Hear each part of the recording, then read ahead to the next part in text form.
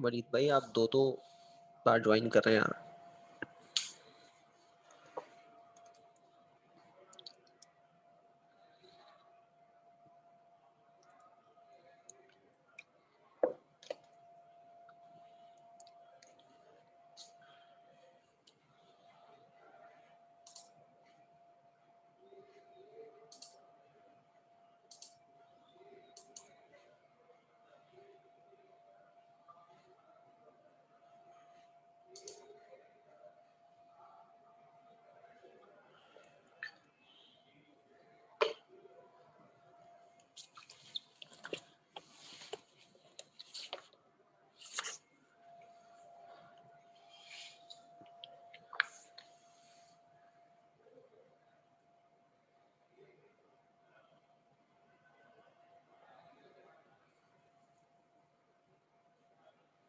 अच्छा बिल्कुल अच्छा, चलें ठीक है भाई।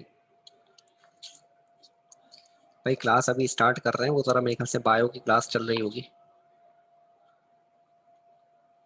इस वजह से जो है वो लेट हो जाएंगे कुछ, तो फौरन उसी वक्त ही शुरू करेंगे।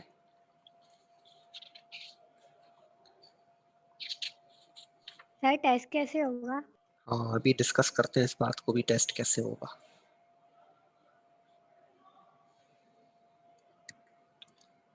हाँ जी ऑनलाइन एमसीक्यूज हैं, बिल्कुल ऐसा ही है। और मेरे ख्याल से 30 मिनट का तो होना चाहिए क्योंकि 20 एमसीक्यूज हैं।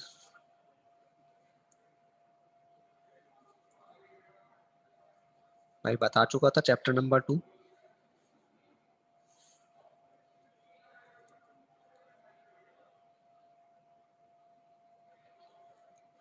चैप्टर नंबर 2 का टेस्ट है भाई।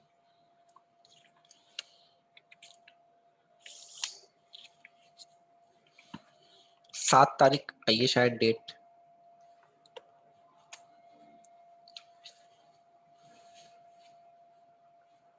डेट जो है वो 7 तारीख है, 7 दिसंबर, ठीक है भाई। 7 दिसंबर को आपका टेस्ट है।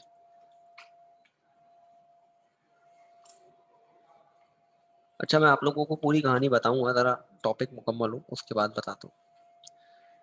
अच्छा जी, हमारा लास्ट जो टॉपिक था वो था, हमने 2 टॉपिक डिस्कस किए थे, इलेक्ट्रोनेगेटिविटी और इलेक्ट्रोपॉजिटिविटी। आज हम डिस्कस करते हैं आयोनाइजेशन पोटेंशियल। तो मैंने कल इस पर थोड़ा सा आप लोगों से तबसरा किया था कि क्या होती है आयोनाइजेशन पोटेंशियल। मैंने आप लोगों को ये बात बताई थी कि इलेक्ट्रॉन, यानी नीचे लिखी हुई बात, energy required to remove outermost electron. अगर हमें किसी भी एलिमेंट से आउटर मोस्ट इलेक्ट्रॉन को निकालना है तो उसको निकालने के लिए हमें जो एनर्जी चाहिए, उस एनर्जी को हम क्या कहते हैं, आयोनाइजेशन पोटेंशियल भी कहते हैं, आयोनाइजेशन एनर्जी भी कहते हैं, और आयोनाइजेशन इंथैल्पी भी कहते हैं। ठीक है भाई। फिर मैंने यहाँ ये बात भी करी थी कि हमारे पास जो है वो चैप्टर 5 फर्स्ट ईयर का टॉपिक था इंथैल्पी चेंज। यानी इंथैल्पी क्या कह रहा था, heat change of a system. किसी भी सिस्टम का जो हीट चेंज है, चाहे वो पॉजिटिव हो चाहे वो नेगेटिव हो। फिर मैंने एक और बात बताई आप लोगों को ये कि आयोनाइजेशन पोटेंशियल हमेशा पॉजिटिव वैल्यूज होती हैं। आयोनाइजेशन पोटेंशियल जो है वो हमेशा पॉजिटिव वैल्यूज होती हैं। क्यों पॉजिटिव वैल्यूज होती हैं? क्योंकि हम एनर्जी दे रहे हैं, यानी एनर्जी एब्जॉर्ब होगी, तो ड्यू टू एब्जॉर्प्शन ये प्रोसेस एंडोथर्मिक यानी पॉजिटिव वैल्यूज होंगी।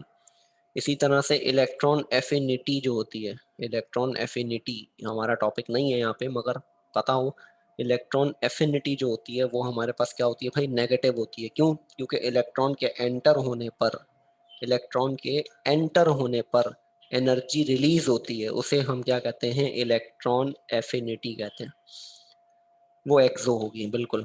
अच्छा यहाँ इलेक्ट्रॉन एंटर नहीं हो सकता ना ग्रुप 1 ए और 2 ए में, क्यों, मेटल्स हैं, तो इसलिए यहाँ इनकी इलेक्ट्रॉन एफिनिटी नहीं है। ठीक है, होगी बट ना होने के बराबर होगी। तो भाई हम आगे चलते हैं, आज हम इस पे बात करते हैं। तो आयोनाइजेशन पोटेंशियल की वैल्यू मैंने आपको कल ये भी बात बताई थी कि 1 से ज्यादा होगी। जैसे मैं बनाता हूँ यहाँ लिथियम,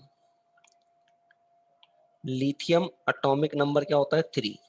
लिथियम का एटॉमिक नंबर क्या होता है भाई, 3। इसके बाद इलेक्ट्रॉन कितने हैं, 3। चलें इसके शेल्स बनाते हैं।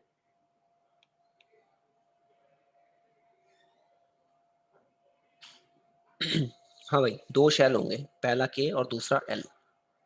चलें फिलिंग करके देख लेते हैं भाई, इलेक्ट्रॉन्स की फिलिंग करते हैं। पहले शेल में कितने इलेक्ट्रॉन होंगे, 2 इलेक्ट्रॉन होंगे और दूसरे शेल में 1 इलेक्ट्रॉन होगा, ऐसा ही है। बीच में कौन है? न्यूक्लियस है। ठीक है भाई, बीच में क्या है हमारे पास? न्यूक्लियस। न्यूक्लियस में क्या दो चीजें होती हैं? प्रोटॉन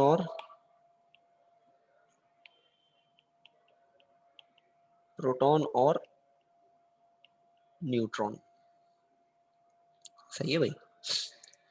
अब हमारे पास लिथियम के पास इलेक्ट्रॉन कितने? 3। लिथियम के पास इलेक्ट्रॉन कितने भाई? 3। 1, 2 और 3। इसका जो ये पहला इलेक्ट्रॉन निकलेगा उसके लिए जो एनर्जी चाहिए होगी वो कहलाएगी फर्स्ट आयोनाइजेशन पोटेंशियल। ठीक है, पहले इलेक्ट्रॉन को निकालने के लिए जो एनर्जी चाहिए होगी वो क्या कहलाएगी? First IP.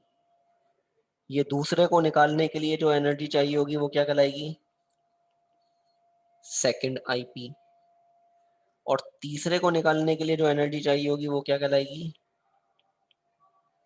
Third IP. ठीक है भाई। इसी तरह सोडियम की अगर मैं बात करूं, मैं बात करता हूं किसकी? सोडियम की। कितने इलेक्ट्रॉन होते हैं? 11। चले इसके भी शेल्स बनाते हैं।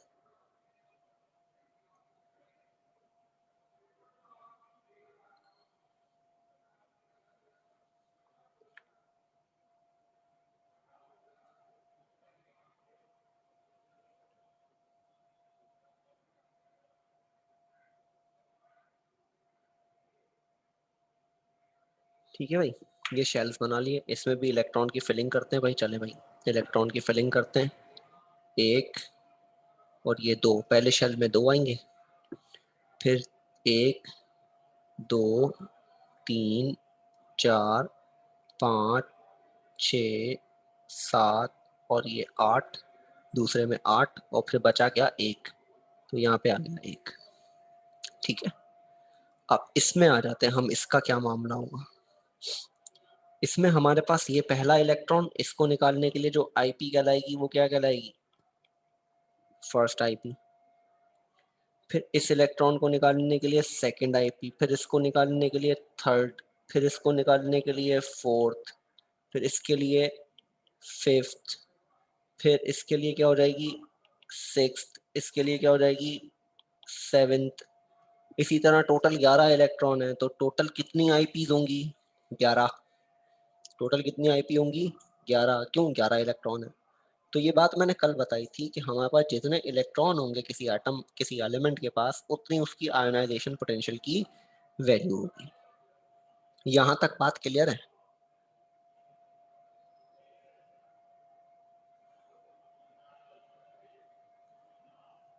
सब बताएं भाई, सब बता दें। अच्छा, अब आते हैं हम कि हमारे आईपी की वैल्यूज है क्या। ठीक है भाई, अब मैं एक तस्वीर लगा रहा हूँ। ठीक है भाई, एक तस्वीर मैं यहाँ पे पेस्ट करता हूँ, आप लोग वो जरा देख लिएगा।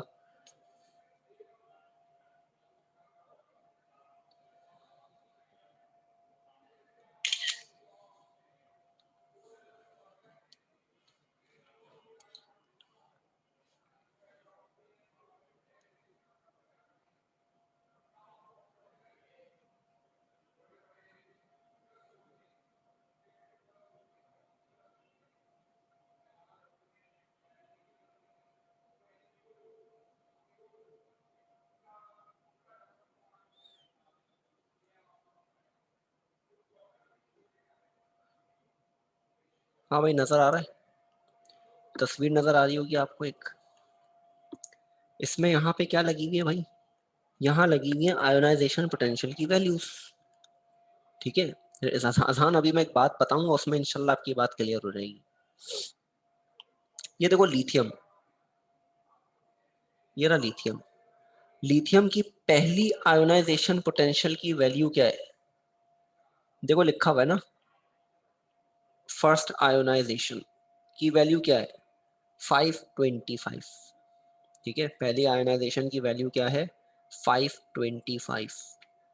सोडियम की पहली आयोनाइजेशन की वैल्यू क्या हो गई? +500। पोटेशियम की क्या हो रही है? हाँ मैं अभी रिव्यू देता हूँ, दोबारा रिव्यू देता हूँ भाई। इन सब पे प्लस चार्ज है, plus plus plus plus plus, वरना किताब खोल लो भाई।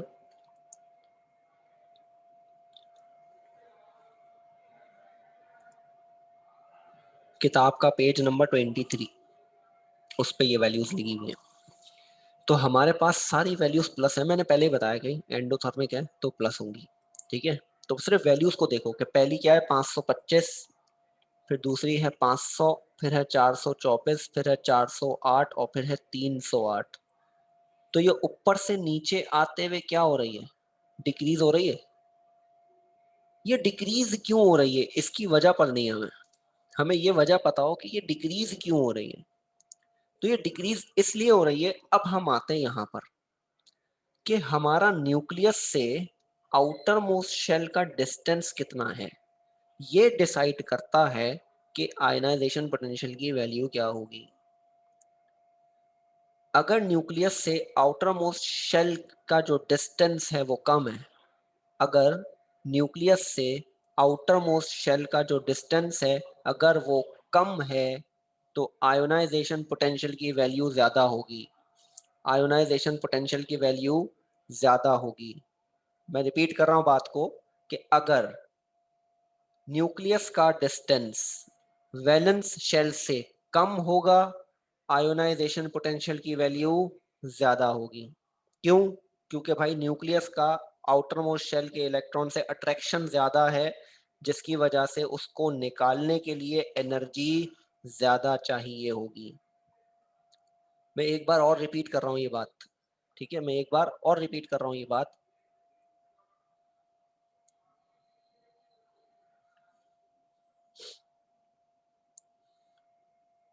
ऊपर जो दो है उनका ऑलमोस्ट सेम का है भाई। अगर मैं लिथियम और सोडियम को कंपेयर करूंगा ना, अभी अब आप देखो ना, मैं कंपेयर दोनों बनाने का मेरा मकसद यही था ताकि कंपैरिजन हो।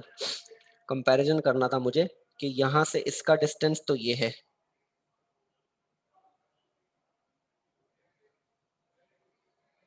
ठीक है जी, यहाँ से इसका डिस्टेंस तो ये है, यहाँ से इसका डिस्टेंस ज्यादा है। सोडियम का आउटर मोस्ट शेल से डिस्टेंस, सोडियम का न्यूक्लियस और आउटर मोस्ट शेल का डिस्टेंस ज्यादा है, लिथियम का कम है। तो अगर मैं लिथियम और सोडियम को, अगर मैं लिथियम और सोडियम को कंपेयर करूं, तो सोडियम का डिस्टेंस ज़्यादा है, यानी इसको इलेक्ट्रॉन निकालने के लिए एनर्जी कम चाहिए होगी, लिथियम को इलेक्ट्रॉन निकालने के लिए एनर्जी ज़्यादा चाहिए होगी। इसीलिए लिथियम की एनर्जी 525 है, सोडियम की एनर्जी 500 है। फिर सोडियम और पोटेशियम में और डिस्टेंस ज़्यादा होगा, तो पोटेशियम की और वैल्यू कम हो गई। फिर पोटेशियम और रुबीडियम का डिस्टेंस और बढ़ गया, तो और वैल्यू कम हो गई। फिर रुबीडियम और सीजियम का और कम हो गया, तो वैल्यू और कम हो गई। यानी अगर हम डाउन द ग्रुप नीचे जा रहे हैं, यानी लिथियम से नीचे की तरफ अगर हम जा रहे हैं, तो इनका रेडियस बढ़ रहा है, यानी इनका डिस्टेंस बढ़ रहा है। इनका डिस्टेंस बढ़ने की वजह से इनकी आयोनाइजेशन पोटेंशियल की वैल्यू क्या हो रही है? कम हो रही है। ठीक है भाई, कोई कंफ्यूजन है तो पूछो।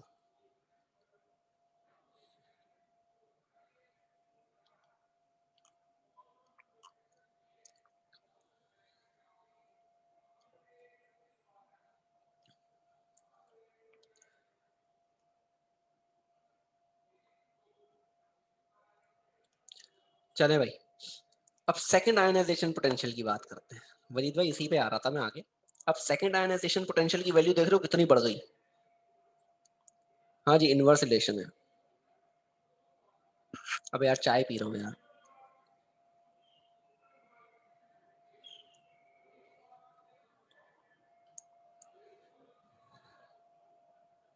तो भाई हमारे पास जो है वो सेकंड की बात करें कि सेकंड आयनाइजेशन पोटेंशियल की वैल्यू 7000 पे चली गई है भाई। अब 7000 पे क्यों चली गई, अब आए हम बात करते हैं, आ जाओ। अगर फॉर एग्जाम्पल कि ये पहला इलेक्ट्रॉन निकल गया, वलीद भाई ये पहला इलेक्ट्रॉन निकल गया, तो अब डिस्टेंस भी क्या हो गया? कम हो गया। अब न्यूक्लियस से डिस्टेंस क्या हो गया? ये हो गया। तो अब अट्रैक्शन बढ़ गई, न्यूक्लियस और इलेक्ट्रॉन के दरमियान अट्रैक्शन बढ़ गई, तो उनको निकालने के लिए एनर्जी भी क्या चाहिए होगी, ज्यादा चाहिए होगी। तो वही बात जो मैंने पहले समझाई वही बात यहाँ अप्लाई हो रही है कि जितना कम डिस्टेंस होगा उतनी ज्यादा वैल्यू होगी। ठीक है, उम्मीद करता हूँ बहुत अच्छे से ये बात क्लियर होनी चाहिए।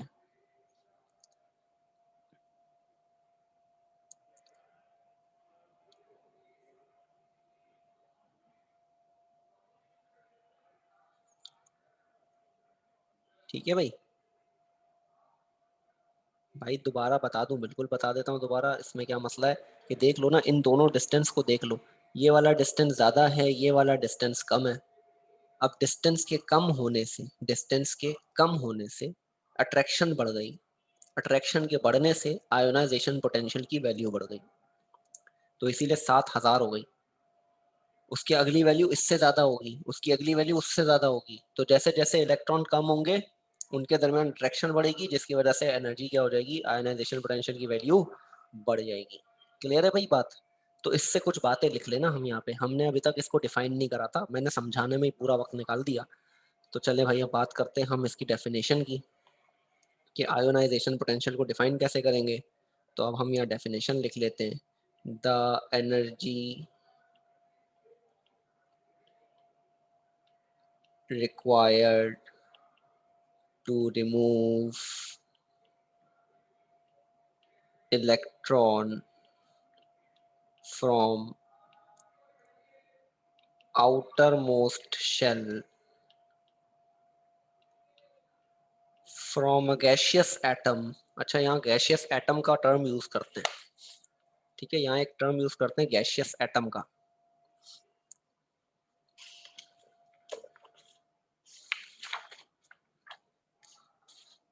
अच्छा, गैशियस का टर्म यूज क्यों करते हैं उसकी वजह भी पता भी चल जाएगी आपको।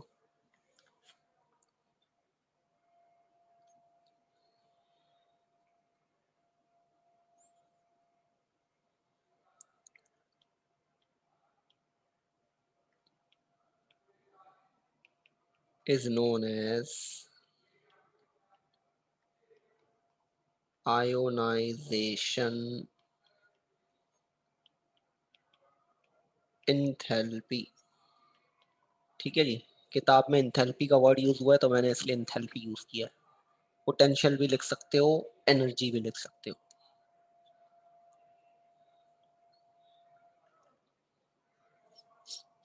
अच्छा, यहाँ कुछ पॉइंट्स लिख लेते हैं।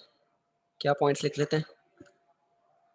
गैशियस एटम, गैशियस एटम से ही इलेक्ट्रॉन रिमूव हो सकता है। ठीक है भाई। अच्छा, इसका सबसे आसान तरीका समझने का पता है क्या? Discharge tube experiment. Discharge tube experiment हमें ये कहता था ना कि भाई वहां पे हम गैस फिल करते थे, गैस फिल करने के बाद हम इलेक्ट्रॉन्स यानी कैथोड रे टकराती थी तो उसमें से इलेक्ट्रॉन निकल जाता था। तो इसीलिए हर चीज यानी जब भी कोई इलेक्ट्रॉन रिमूव होता है ना तो वो गैशियस एटम से होता है, कभी भी सॉलिड या लिक्विड में नहीं होता। यानी NaCl जो बना ना, तो वो Na पॉजिटिव जब बना होगा तो वो गैशियस एटम में होगा। ये आपने फर्स्ट ईयर में पढ़ा होगा कि कभी भी कोई भी एटम होता है ना, वो अपना इलेक्ट्रॉन निकालेगा ही कब? जब वो गैशियस एटमाइज हो जाए। एटमाइज होने के बाद वो क्या करता है? अपना इलेक्ट्रॉन रिमूव करता है। तो एक एलिमेंट को एटम रिमूव करने के लिए, इलेक्ट्रॉन रिमूव करने के लिए 2-3 प्रोसेस से गुजरना पड़ता है। अगर फॉर एग्जाम्पल वो अगर सॉलिड है तो उसे पहले सॉलिड से गैस में कन्वर्ट करना पड़ेगा। ठीक है, उसके लिए एक अलग एनर्जी चाहिए। फिर उसको गैस बनाने के बाद हम उसमें से इलेक्ट्रॉन निकालेंगे। वो जो इलेक्ट्रॉन निकलेगा गैस से उसको हम आयोनाइजेशन पोटेंशियल कहते हैं।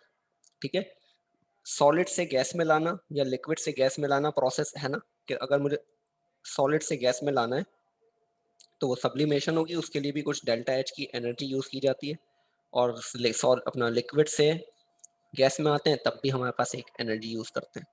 तो हर एटम जब भी कोई अपना इलेक्ट्रॉन लॉस करता है तो वो गैशियस एटम गैशियस स्टेट में आके करता है।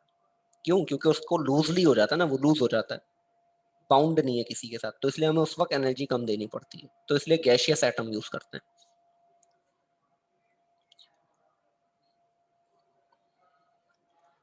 अच्छा जी, 2-3 बातें लिख लेते हैं ना, कि आयोनाइजेशन पोटेंशियल से मुताल्लिक हमें पता हो कि भाई हमने क्या बात करी कि डाउन द ग्रुप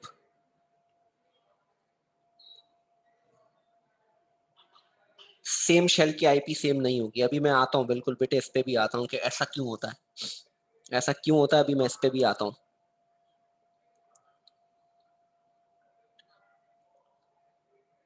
नहीं भाई, मैंने ये नहीं बोला था, मैंने बोला था कि आयनाइजेशन पोटेंशियल वगैरह जो मेथड हमारे पास कैलकुलेट करते हैं वो चैप्टर नंबर वो 5 में फर्स्ट ईयर में पढ़ते हैं,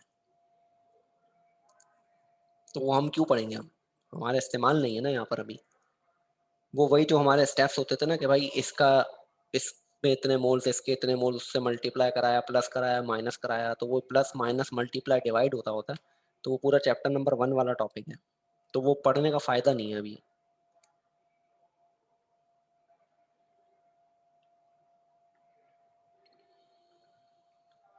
अच्छा जी, down the group ionization potential decrease. अब यार अजहान, मैंने पूरा गैसियस एटम का पूरा टॉपिक समझा दिया मैंने, अब तुम मुझसे पूछो गैसियस एटम का मतलब। गैसियस एटम से मुराद ये है कि भाई गैस फॉर्म में मौजूद हो कोई भी एलिमेंट जिसमें से इलेक्ट्रॉन निकालना हो वो गैस में मौजूद हो।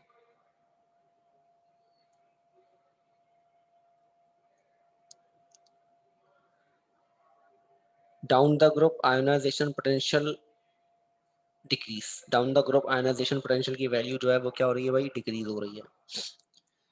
अच्छा जी, और क्या बातें हैं। हाँ, ग्रुप 2 की बात कर रहे थे। अगर मैं ग्रुप 2 की बात करूं तो एक एलिमेंट में बनाता हूँ यहाँ पे ना, एक काम करूँ मैं ये वाले को कॉपी कर लेता हूँ ना, ताकि बार बार बनाना ना पड़े।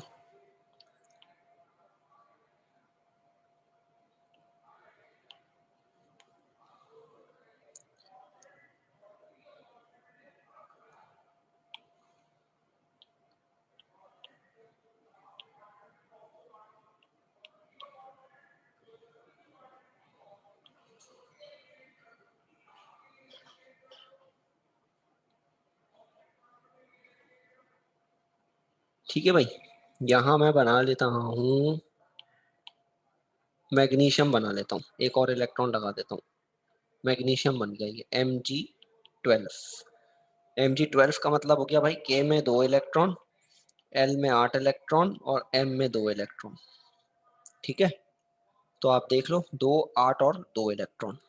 अब एक लड़की भाई वहां हमने सवाल किया कि भाई एक शेल के अंदर सब इलेक्ट्रॉन की आयोनाइजेशन पोटेंशियल की वैल्यू सेम क्यों नहीं होती। अच्छा सवाल है बड़ा, कि भाई हर शेल के अंदर, यानी फॉर एग्जांपल ये शेल है ना, ये वाला, इस शेल के इस इलेक्ट्रॉन की और इस इलेक्ट्रॉन दोनों की आयोनाइजेशन पोटेंशियल की वैल्यू सेम होनी चाहिए। यानी मैग्नीशियम है ना, तो मैग्नीशियम ये रहा, मैग्नीशियम की दो वैल्यूज हैं, फर्स्ट आयोनाइजेशन और सेकंड आयोनाइजेशन। फर्स्ट आयोनाइजेशन की वैल्यू यानी पहले इलेक्ट्रॉन को वैल्यू निकालने के लिए कितनी चाहिए, +747, सॉरी 742।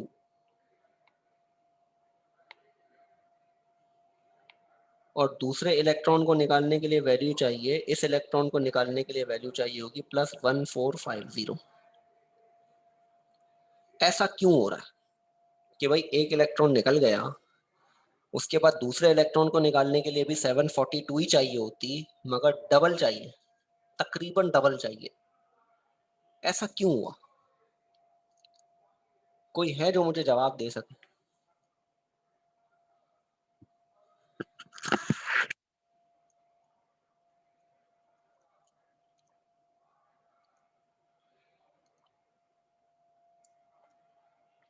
यार तुम्हारे अब्बास मैं तो बढ़ाऊंगा,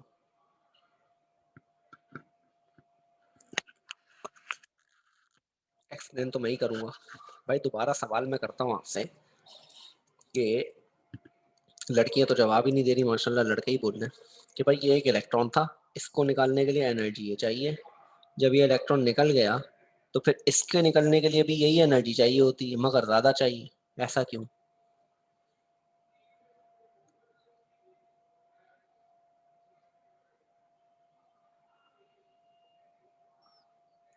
ऐसा क्यों हो रहा है, उसकी वजह ये है भाई कि जब ये इलेक्ट्रॉन निकल गया, ठीक है भाई, जैसे मैं अभी आपको इसका ना जरा तमीज से बताता हूँ। भाई ये इलेक्ट्रॉन निकल गया, ये इलेक्ट्रॉन निकल गया, ठीक है, ये पूरा इलेक्ट्रॉन निकल गया। जैसे ये इलेक्ट्रॉन निकला ना, तो ये शेल कम हो गया, छोटा हो गया।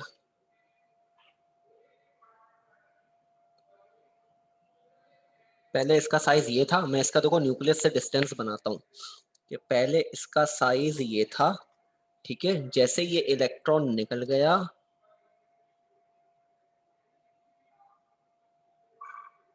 इसका साइज क्या हो गया,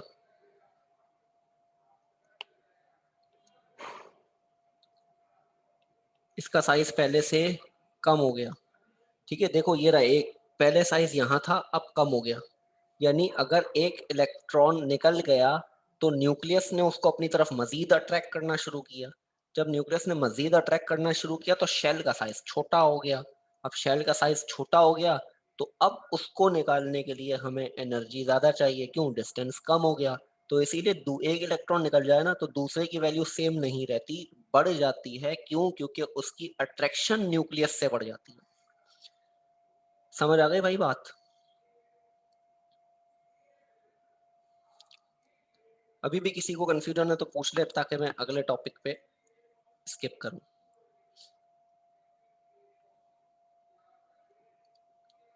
चले भाई, तो ये आयनाइजेशन पोटेंशियल का जो टॉपिक है ना, बड़ा समझने वाला टॉपिक था। अगर ये क्लियर हो गया ना, आप यकीन करें आपकी बात की आगे बहुत सी चीजें क्लियर हो जाएंगी। तो ये थी भाई आयनाइजेशन पोटेंशियल, ठीक है। अब आयनाइजेशन पोटेंशियल के बाद हमारे पास एक चीज और आ जाती है, और वो है हाइड्रेशन इंथैल्पी, ठीक है भाई। वो क्या है? Hydration enthalpy. हाइड्रेशन इंथैल्पी किसे कहते हैं?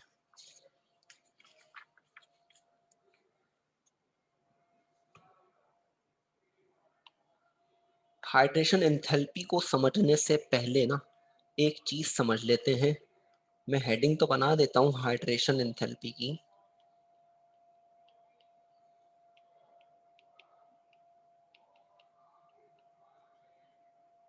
हाइड्रेशन का वर्ड पता है?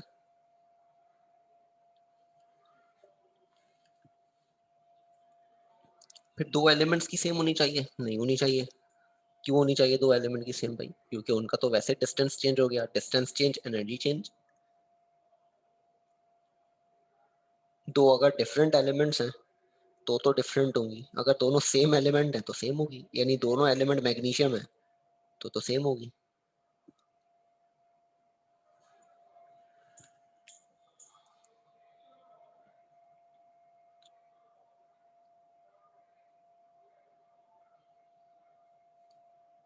किसकी डिफरेंट होगी? आपको एग्जाम्पल दो ना, मैं फिर आपको समझाऊं।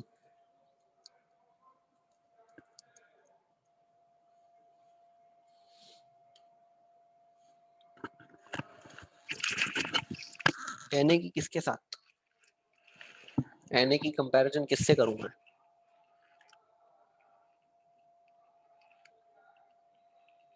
Cl से करूं?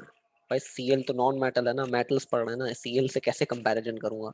Cl की आयनाइजेशन पोटेंशियल होगी नहीं। क्यों? क्योंकि वो तो इलेक्ट्रॉन लेना, इलेक्ट्रॉन एफिनिटी होगी,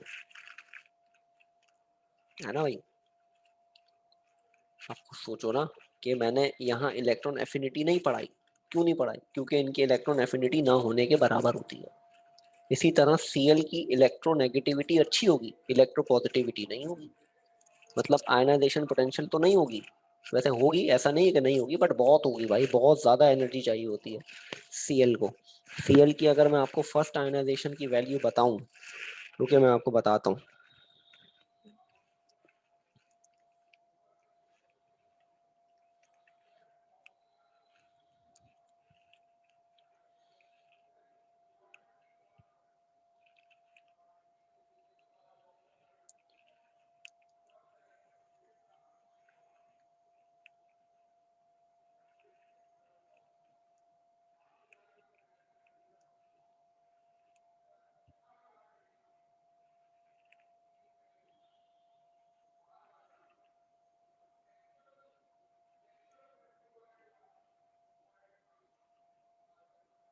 नहीं है भाई, अभी मिल नहीं रही। 10,000 तो नहीं है खैर, मगर मैं जो है वो उसको ढूंढूंगा तो फिर बताऊंगा आप लोगों को। मुझे याद दिला देना, अभी मुझे पीरियोडिक टेबल में मिल नहीं रही। बेटा 2 मिनट म्यूट कर रहा हूँ, जरा एक काम है।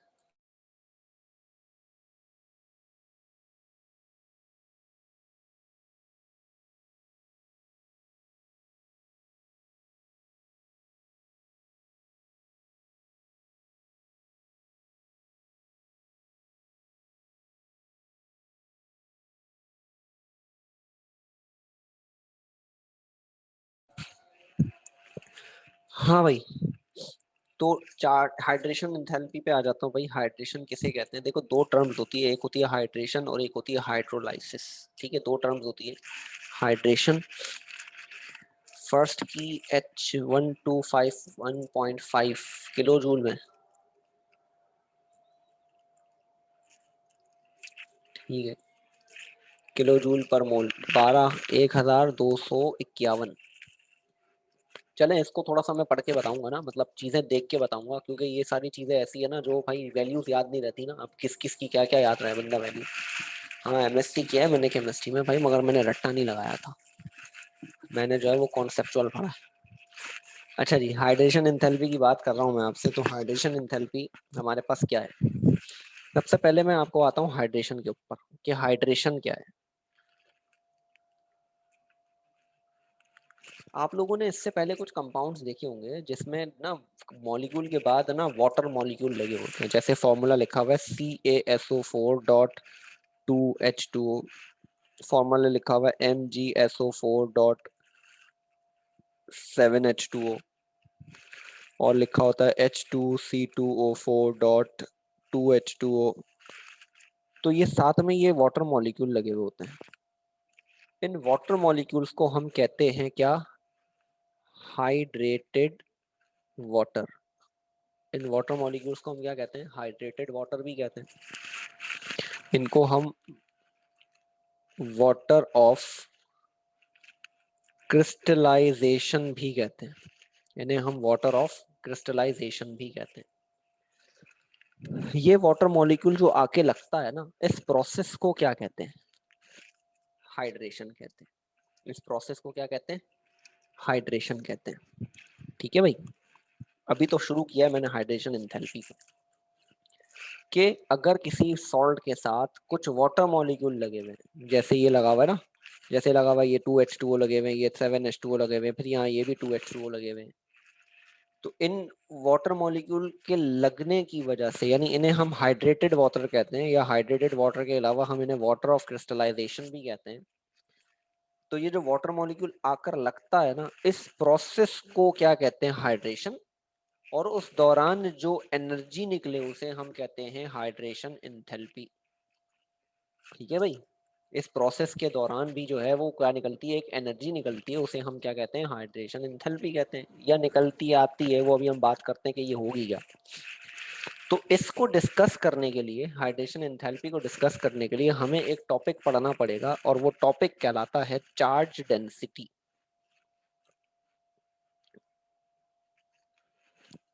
चार्ज डेंसिटी किसे कहते हैं? यानी कितना चार्ज है किसी एलिमेंट के ऊपर, उसे हम क्या कहते हैं? चार्ज डेंसिटी कहते हैं। एक एलिमेंट के ऊपर जितना चार्ज हो उसे हम क्या कहते हैं? चार्ज डेंसिटी कहते हैं। चार्ज डेंसिटी डिपेंड करता है किस पर?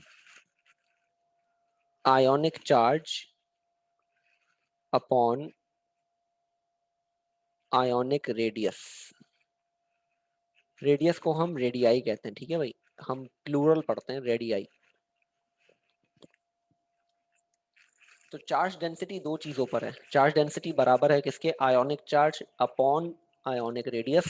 यानी हम ये कहते हैं कि charge density is directly proportional to charge, and charge density is inversely proportional to radii, या डिस्टेंस कह लें।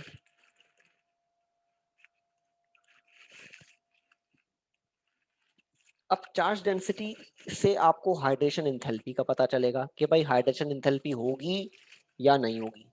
हाइड्रेशन एंथैल्पी होगी या नहीं होगी, ये बात हमें पता कैसे चलेगी भाई? चार्ज डेंसिटी से। अब चार्ज डेंसिटी, अगर हम ग्रुप 1A की बात करें तो ग्रुप 1A के पास एक चार्ज है +1। ग्रुप 1 की अगर हम बात करें तो ग्रुप 1 के जितने भी मेटल्स होंगे उन पे चार्ज क्या होगा? M+। और ग्रुप 2 के जो होंगे उन पे चार्ज क्या होगा? M+2।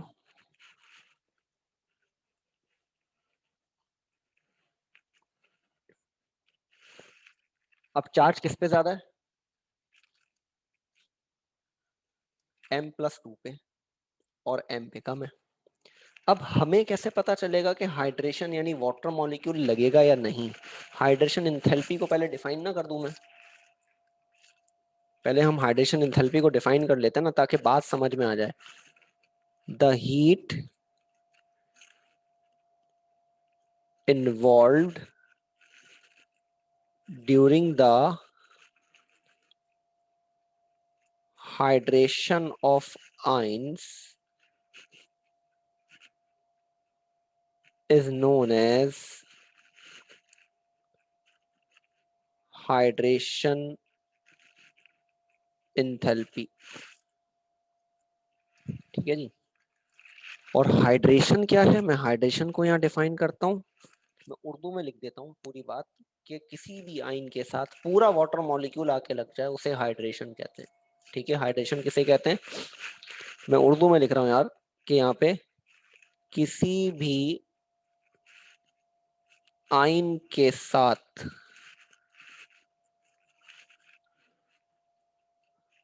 H2O लग जाए उसे हाइड्रेशन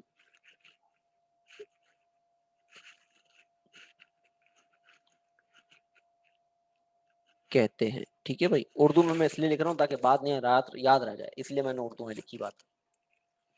अच्छा, मैं इसको यहीं पे थोड़ा सा खत्म करूंगा बात को, 2 मिनट रह गए क्लास को खत्म होने में। तो हाइड्रेशन किसे कहते हैं? कि किसी आयन के साथ वाटर मॉलिक्यूल आके लग जाए। ठीक है। और हाइड्रेशन एंथैल्पी क्या है? कि जो हीट इन्वॉल्व होगी हाइड्रेशन करने में, उसे हम क्या कहते हैं? हाइड्रेशन एंथैल्पी कहते हैं। अब ये टोटली जो चीजें हैं ये डिपेंड करती है किसके ऊपर? चार्ज डेंसिटी के ऊपर। ये टोटली डिपेंड किस पे कर रही होती है? चार्ज डेंसिटी के ऊपर। अब मैं अगली क्लास यानी कल इसी टॉपिक को लेते हुए चलूंगा, और आगे जो है वो एक दो चीजें रह गई उसको मुकम्मल कराऊंगा। ठीक है। मैं सोचा था एक्स्ट्रा क्लास लेने का, मुझे लग रहा है कि अब जरूरत है एक एक्स्ट्रा क्लास ले ली जाए,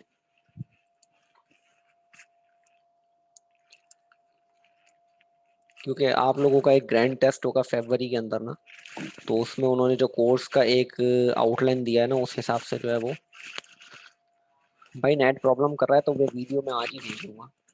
ठीक है, मुझे मैसेज करना, मैं आज ही सेंड कर दूंगा वीडियो। तो मैं सोचा था संडे को एक एक्स्ट्रा क्लास रख लूँ, सिर्फ सेकेंड ईयर वालों की रख रहा हूँ, सेकेंड ईयर ए और सेकेंड ईयर बी की। तो 2 सेशन रखेंगे जूम के ना, 2-2 सेशन हो 40-40 मिनट के, तो फिर मजा आएगा। और टाइम ऐसा रखेंगे जिसमें सबको आसानी हो। तो आप लोग टाइम बता दिएगा, मुझे मसला नहीं है, आप लोगों को सुबह संडे को उठने में मसला होता है। ठीक है जी। तो इनशाला जो है वो करते हैं, रखेंगे कोई 11:30-12 बजे का टाइम रखूंगा। तो ये होगा कि 12 बजे से लेके 2 सेशन हो जाएंगे ना 40-40 मिनट के, तो काम हो जाएगा अच्छा। ठीक है भाई, ये मैं मैसेज में फिजा को बोलूंगा वो चला भी दे।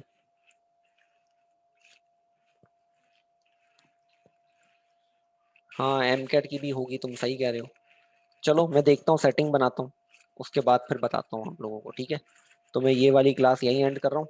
ठीक है, इंशाल्लाह कल आगे इसी के कंटिन्यू करेंगे। थोड़ा सा चार्ज डेंसिटी पढ़ के आना, ताकि जो है वो पढ़ने में मजा आए। ठीक है भाई, एम कैट का तुम मुझे मैसेज करो, मैं तुम्हें बताता हूँ। ये रिकॉर्ड हो रहा है लेक्चर, कोई भी सुन लेगा। भाई मैंने अभी पढ़ाना शुरू नहीं किया है, अभी ये लोग जरा अलग तरीके से लेके चल रहे हैं, तो मुझे मैसेज करो, मैं बताता हूँ।